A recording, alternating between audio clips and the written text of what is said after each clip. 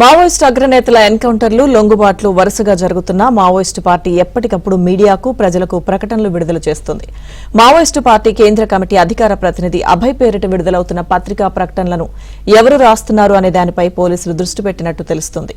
సుదీర్ఘకాలం పాటు Maoist party కేంద్ర కమిటీ అధికార ప్రతినిధిగా కొనసాగిన మల్లోజుల వేణుగోపాలరావు అలియాస్ సోను అభయ్ పేరిట పత్రికా ప్రకటనలు విడుదల చేస్తుండేవారు.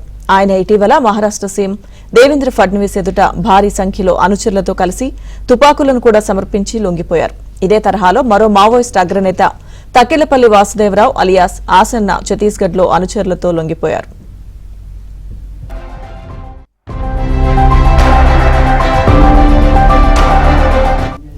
మావోయిస్టు పార్టీ ప్రధాన కార్యదర్శి లంబాల కేశవరావు అలియాస్ బసవరాజ్ మరణం తర్వాత కొత్తగా ఆ బాధ్యతలను తిప్పిరి తిరుపతి తీసుకున్నారని ప్రచారం జరిగింది. ఈ నేపథ్యంలో కేంద్ర కమిటీ అధికార ప్రతినిధిగా ఆయనే వ్యవహరిస్తున్నారని అభయ్ పేరిట ప్రకటనలు విడుదల చేస్తున్నారని నిఘా వర్గాలు భావిస్తున్నాయి. తాజాగా ఆయుధాలతో సహా మావోయిస్టులు పెద్ద సంఖ్యలో లొంగిపోవడంతో ఆ పార్టీలో అంతర్మథనం జరుగుతోందని, ఇంకా లొంగుబాట్లు ఉంటాయా లేక పోరుబాట కొనసాగిస్తారా అనే చర్చ జరుగుతోంది.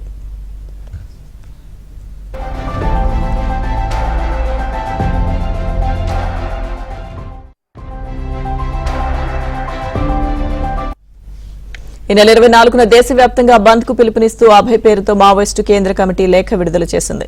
కగార్ పేరుతో మావోయిస్టుల హత్యలపై ఈ నెల 23 వరకు నిరసన వ్యక్తం చేయాలని, 24న దేశవ్యాప్త బంద్ ను విజయవంతం చేయాలని లేఖ విడుదల చేసింది.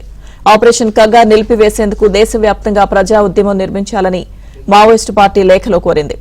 కార్పొరేట్ కంపెనీల ప్రయోజనాల కోసం జరుపుతున్న ఆపరేషన్ కగార్ యుద్దంలో గత 22 నెలల్లో దేశవ్యాప్తంగా 700 మందిని హత్య చేశారని ఆరోపించారు. నారాయణపూర్లోని మాడ్ నేషనల్ పార్క్, కర్రెగుట్టలు, సిక్మా జిల్లాలో సాగుతున్న కగార్ యుద్దాన్ని నిలిపివేయాలని డిమాండ్ చేస్తూ ప్రజా ఉద్యమాన్ని నిర్మించాలని అభయ్ లేఖలో పేర్కొన్నారు.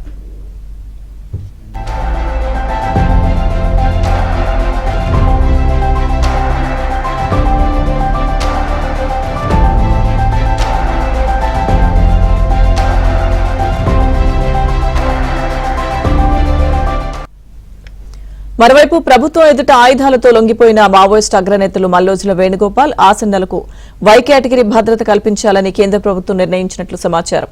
ఈ పరిణామాల నేపథ్యంలో వీరిద్దరిని విప్లవ ద్రోహులుగా మావోయిస్టు పార్టీ ప్రకటించింది.